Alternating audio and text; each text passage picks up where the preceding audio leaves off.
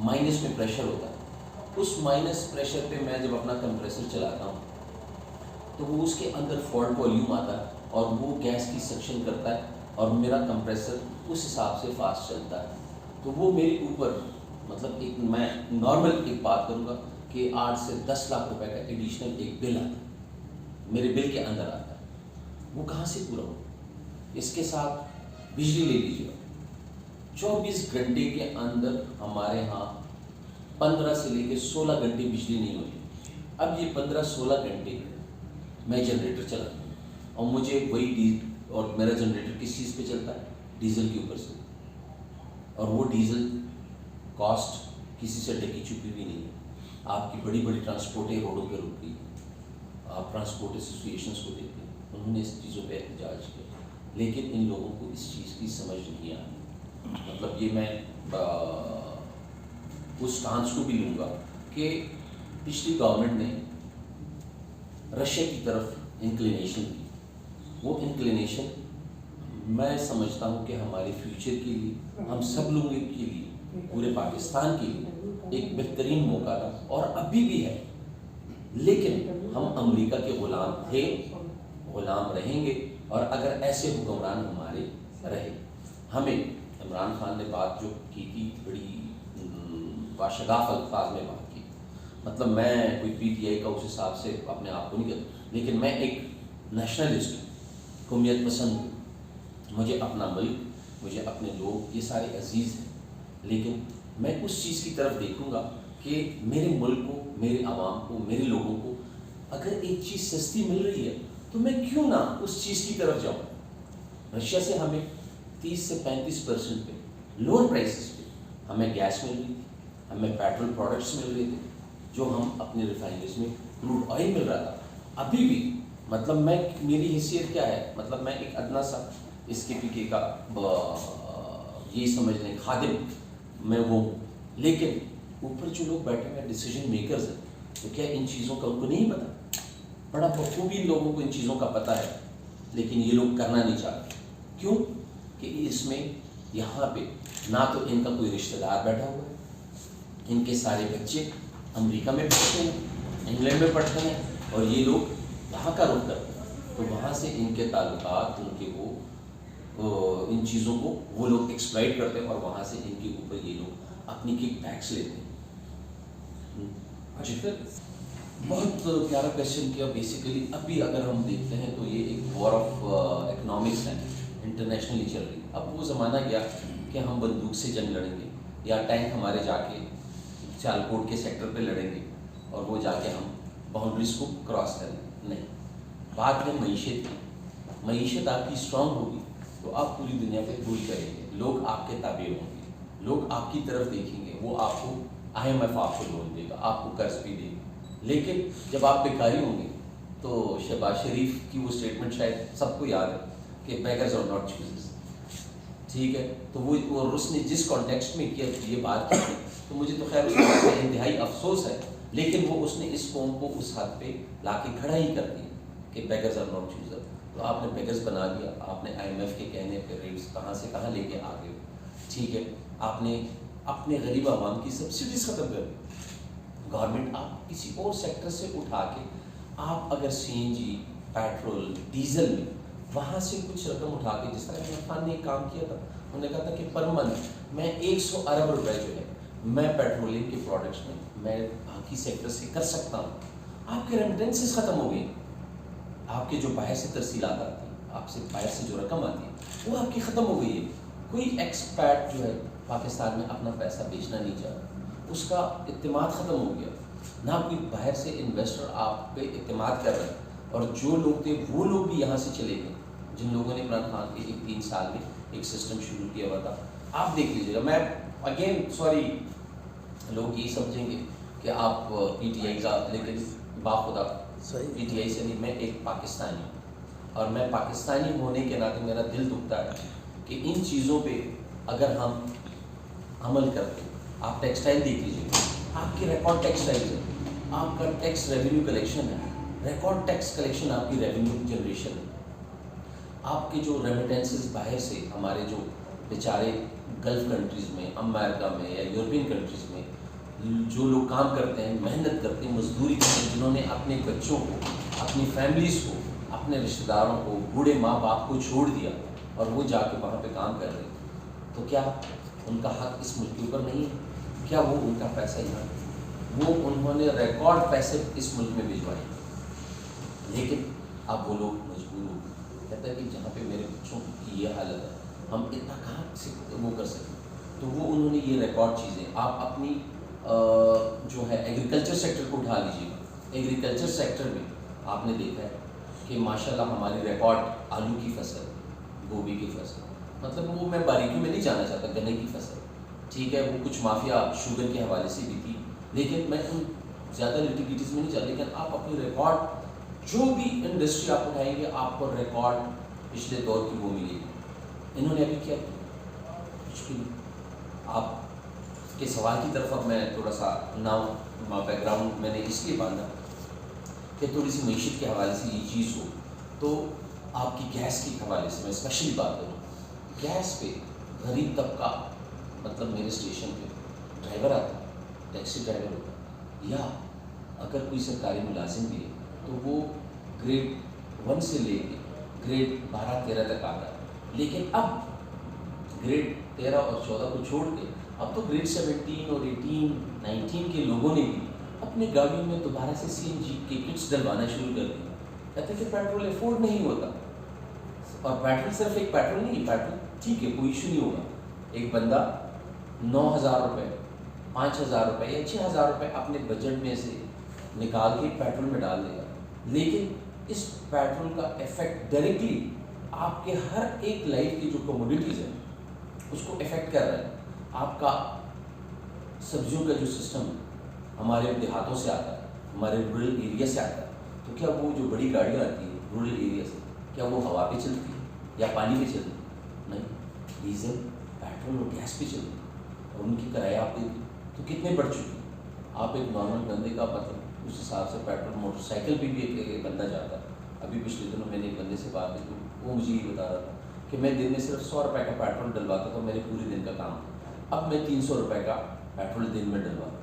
تو کہتا ہے سر یہ دیکھ, میں نے کہا یہ صرف 300 روپے کا فرق نہیں ہے, یہ آپ اگر اس کی سیدھی کیلکولیشن کریں تو 200 روپے آپ کا پر ڈے انکریز آ گیا.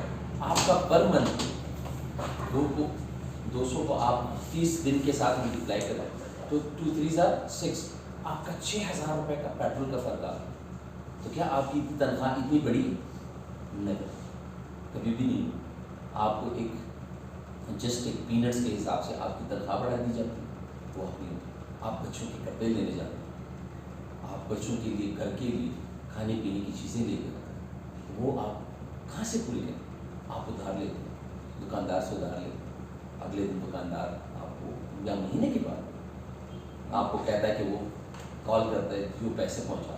پہلے تو دکاندار بھی آپ کے ساتھ گزارا کرتا تھا, مہینے کا انتظار کرتا تھا, اب وہ بیچارہ بھی گزارا نہیں کر سکتا, اس کا بھی سسٹم نہیں چل رہا, اس کے کرائے بڑھ گئے, اس کے اخراجات بڑھ گئے, اس کی جو ٹرانسپورٹیشن ہے اپنی دکان کی جو چیزیں لے کے آتا ہے وہ مہنگی ہو گئی.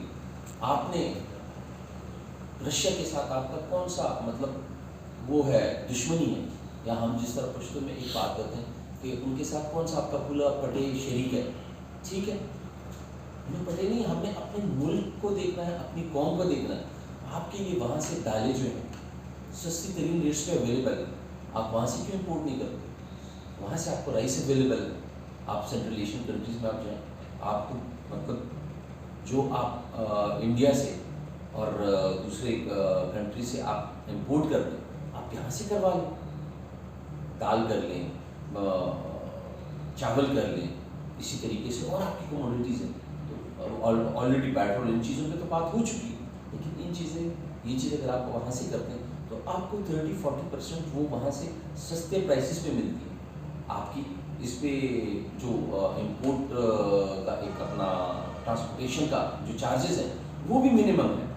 کلوزسٹ بارڈرز ہیں, درمیان میں ایک صرف افغانستان کا بارڈر ہمارے درمیان ہے, اور وہ ہمارے لیے ہمیشہ کھلا رہا ہے, اس میں کوئی کبھی وہ نہیں رہا. لیکن ہم ان لوگوں کی طرف جاتے ہیں, کیوں؟ کک بیکس, ہڈن ایجنڈاز ہیں. اور یقین جانیے آج میں مطلب آپ کی وساطت سے اپنے عوام کو بھی یہ ایک چیز بتانا چاہتا ہوں کہ آپ کا یہ والا جو پروگرام IMF کا اور ورلڈ بینک کا جو چل رہا ہے یہ صرف اس کے لیے نہیں ہے کہ آپ کی معیشت کو خراب انہوں نے کر بھی دی اور فردر خراب کریں گے. کل آپ کو کہیں گے کہ آپ کا نیوکلیر پروگرام جو ہے آپ اس کو رول بیک بھی کریں. اور یہ ایک انٹرنیشنل ایجنڈا چل رہا ہے, ایک کانسپریسی چل رہی ہے کہ اس کے اوپر آپ کا جو نیوکلیر پروگرام ہے جس پہ ہم لوگ اپنے آپ کو بڑا خود مختار, بڑے غیور ہم اپنے آپ کو سمجھتے ہیں, اور جس چیز پہ ہمیں فخر بھی ہے کہ یہ ہماری ایک طاقت ہے, واحد طاقت ہے.